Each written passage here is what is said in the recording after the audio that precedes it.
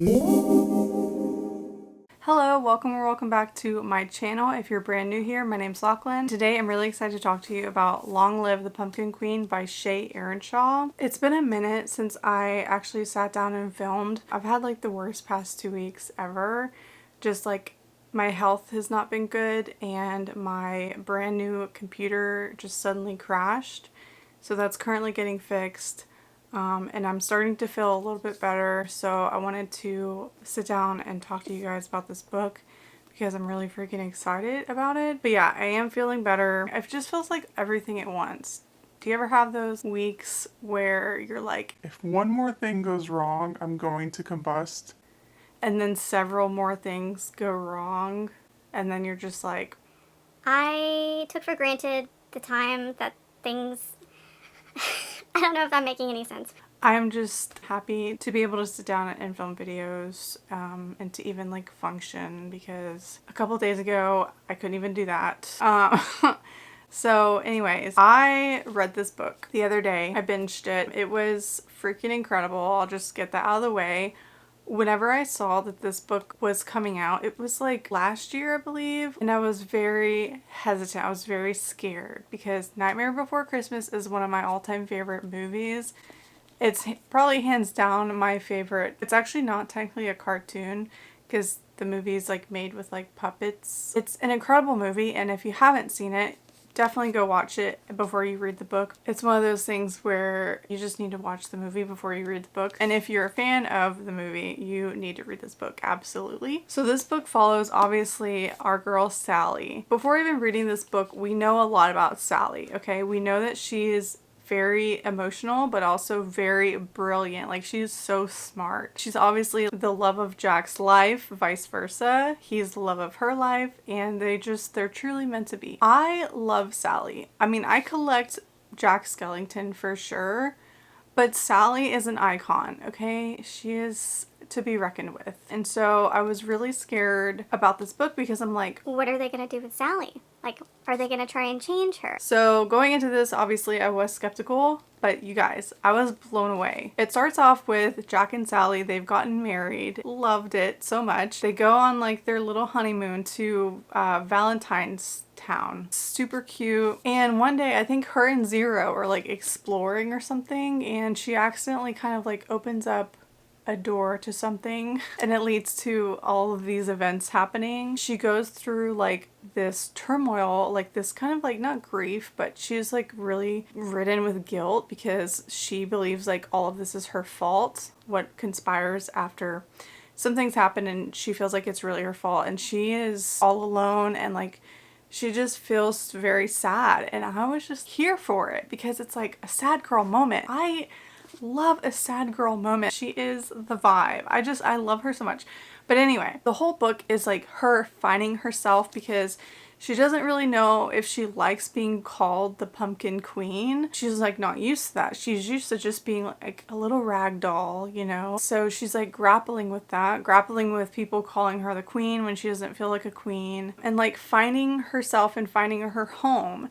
And she believes Jack is her home. And so you kind of go on this journey with her, and you guys, it's so incredible because in The Nightmare Before Christmas, we obviously get a lot of Sally, but we don't really get a lot of her backstory, and this plays on that. There's something in the book, I'm not going to talk about spoilers, but if you've read the book, you'll know what I'm talking about, where like a part of her past comes into play, and it's really interesting because it kind of changes the narrative a little bit as far as like Sally and another character goes, because that's really all I can say. A little narrative has changed, and I thought it was done so well because it just makes sense once you watch the movie and read the book. It just makes sense. The ending to this was so good. There were also so many quotes that were just, I was like highlighting because I was like, this is so good. I did not expect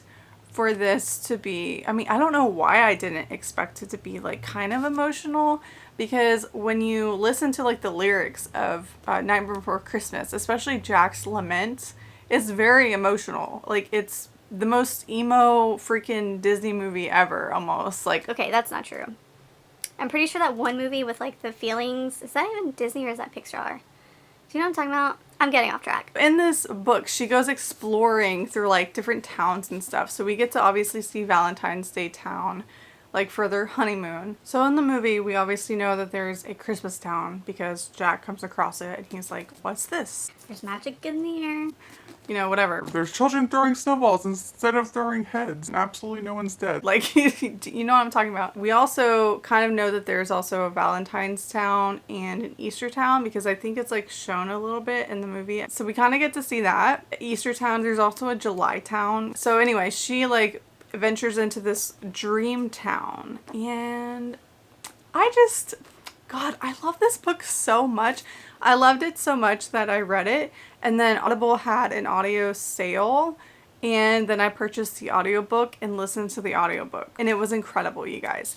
I will say there's like a few chapters in the audiobook where it almost felt like it was unedited when a narrator is narrating the audiobook. Something I had never even considered is like, do they edit out their breaths? Because there's like a few chapters in the audiobook where you can hear like her gasping for breath. Like she's not actually gasping, but if you speed it up like on 2x speed or something, it sounds like she's gasping, but it's really just the narrator taking a breath. And it wasn't like that the whole book. It was actually very jarring to hear it. And it distracted me like so much. I was like, why is she like, and to me, it just kind of sounded like they had just forgotten to edit out those parts. I'm not really sure, but it was really interesting and also just jarring. But then I was really happy that it stopped happening after a certain point. And again, it wasn't like that in the beginning, and then it got like that, and then it stopped being like that. So I don't know if it was not intentional. The audiobook is phenomenal though. The voice actor gets Sally down so well. I was really impressed. It was incredible. I can completely see this being a comfort read for me. I did tab it and I'm so in love. The ending of this was just so freaking good. Like the messaging to this is also very children friendly. I don't think it's scary at all. If anything, it's more just kind of like, it's got like a sad undertone because Sally is alone throughout a lot of this book. And that was one thing I wasn't quite expecting. But I ended up really, really loving it because we get, like, the focus is on Sally and the focus is on finding herself and finding her home and becoming comfortable with who she is. And the messaging is incredible. The writing is incredible. I have never read Shea Ernshaw's writing before and I'm sold. It's also not a very long book. If you're looking for, you know, a fun spooky season read or even Christmas, because It is a Christmas and a Halloween movie. I will die on that hill. I think the hill that I will die on is called Spiral Hill, I believe. You know that, like, that hill. I have it right here. The descriptions and just everything was so incredible, and I felt like I could feel what Sally was feeling. I just wanted to give her a big hug and be like, Girl, it's okay. sometimes shit happens to good people and, you know, you just gotta figure out how to deal with it. And that's exactly what she did. And she's a queen, she's an icon, and I love her so much. So yeah, I think the next video I have for you guys is going to be probably a book haul. I have some books that I've acquired. I have some packages to unbox, and I'm going to wait to unbox them until I do a book haul.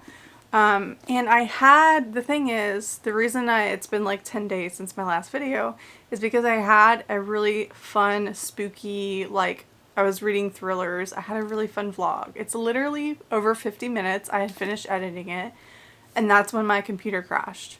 As soon as I was finished. I'm not even shitting you. Like, it was like the world said, Here, we're just gonna take a big dump on everything that you just accomplished. finishing editing a vlog is a big accomplishment because they take a long time.